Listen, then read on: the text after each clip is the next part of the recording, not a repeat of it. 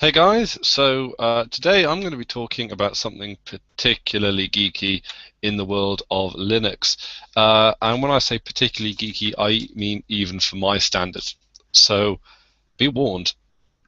Today I am going to talk about a little bit of news which has come out of come from KDE's development team. Now, for those of you that don't know, KDE is a desktop environment which sits within Linux. But if you've used Linux for any length of time, you will undoubtedly be familiar with it. Now, one of the problems with KDE that I've always had is how well it plays with other software, basically, namely software that isn't native to Qt and the Qt libraries. But this press release that was brought out, says 15 minutes ago, but it's been up on my screen for a good half hour, so it's probably about 45 minutes old, really. And and it's talking about in the latest in Frameworks 5, they're going to modularize it to the point where KDE based software and Qt based software is going to be incredibly modular to the point where you can pick and choose bits of KDE native software and just apply it to a desktop in GNOME and that kind of thing.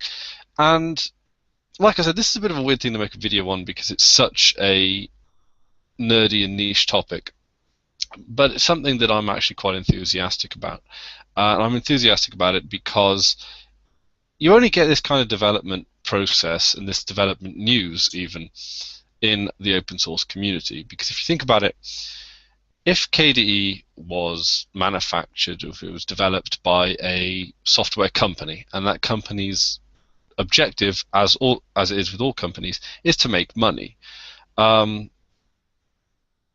would be no way in hell that they would modularize their framework, or at least without some clear profit incentive. Now, don't get me wrong, I think the commercial model in the software industry works really well on occasion, the chief example being Valve and Steam, because I think that the way how they've structured their entire platform is mutually beneficial to everyone involved, the consumer, the developer, and I think people are generally more than happy to let Valve take a cut of the profits as well for all their hard work and the benefit they brought to the community. But that aside, it's not the norm. Most sort of operating systems, most brands will attempt to slip in a proprietary interface of one type or another. Most notorious for this, of course, are Apple, where you've got so much Apple stuff. Now, okay, to be fair, they do modularize quite a bit when it comes to expanding out into PC, but they do like their Apple only interfaces. And Apple, although its operating system is a fork of FreeBSD, if I'm not mistaken, it's still a very corporate structured platform in all its capacities, really. And why wouldn't it be as a company? But of course, KDE, not being a company, has actually decided to modularize all of their libraries and make it easier to pick and choose little bits of this particular desktop environment that you can draw on, that you can use. You can basically use parts of their work without having to sign up for the entirety of an entire set of libraries, which is what you currently have to do now. Now, it's definitely been getting better over the years anyway, but when you want to use a small piece of software that's native to KDE and you have to pull down 100 megabytes worth of library files just to power one little bit of software, which might not even necessarily be a particularly complicated bit of software, but it's one that you like as a particular feature, or perhaps because its interface is laid out in a nice way.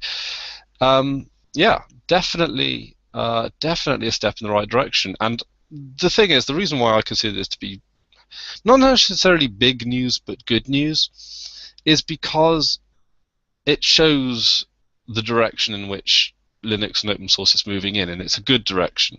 It's a direction that is much more cooperative than competitive, and that's where, you know, Linux really gets the benefit, is that you can have two simultaneous projects doing effectively the same thing. In this case, let's take, for example, desktop environments. We've got KDE and you've got GNOME on the other hand. Right? Now, yeah, they are two pieces of software that aim to do the same job but in different ways. But that doesn't necessarily make them competitors. It makes them, well, it makes them two desktop environments in a really side by side, and they you know, instead of actually having to compete with each other in order to, you know, become stronger, they don't. They become stronger effectively um, by drawing from the strengths of each other, and that's effectively where open source and proprietary software part ways. And it's, you know, and that sort of structure goes right down to their very core of development, which is fantastic. And to see things stepping into this direction, because sometimes we do get a bit of bad news, and to be honest, if we're completely, you know, cards on the table, that bad news does tend to come from Ubuntu's corner. It does tend to come from Canonical trying to just slip in a little bit of a competitive edge, but you know, and there is no doubt that, of course, Canonical being a company, they are going to want to monetize their contribution to Linux in some way, shape, or form. And again, not necessarily a bad thing. It's just, you know, and I certainly think that there needs to be a commercial aspect to Linux at some point down the line, at least one where it's very consumer friendly.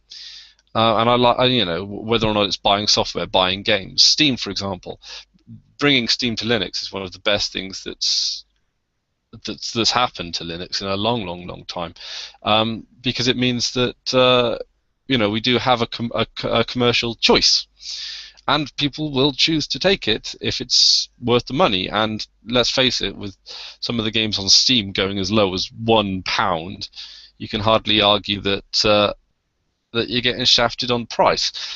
So yeah, really, I know that like only 3 of my subscribers will actually understand a word that I'm saying with this, and it's certainly in a very rambly format.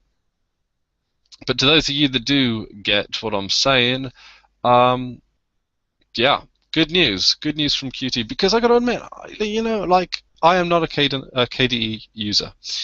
I like KDE, and I certainly could use it. Should the ones that I prefer to use not be available. And I got to admit, I don't like the way how Unity and GNOME are shifting towards this interface that looks like it belongs on a mobile app. GNOME looks very Android-esque these days, and we don't need another Android. We need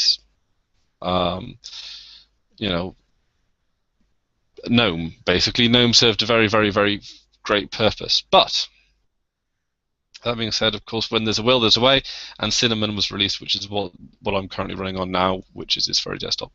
Anyway, enough of my divergence and rambling on.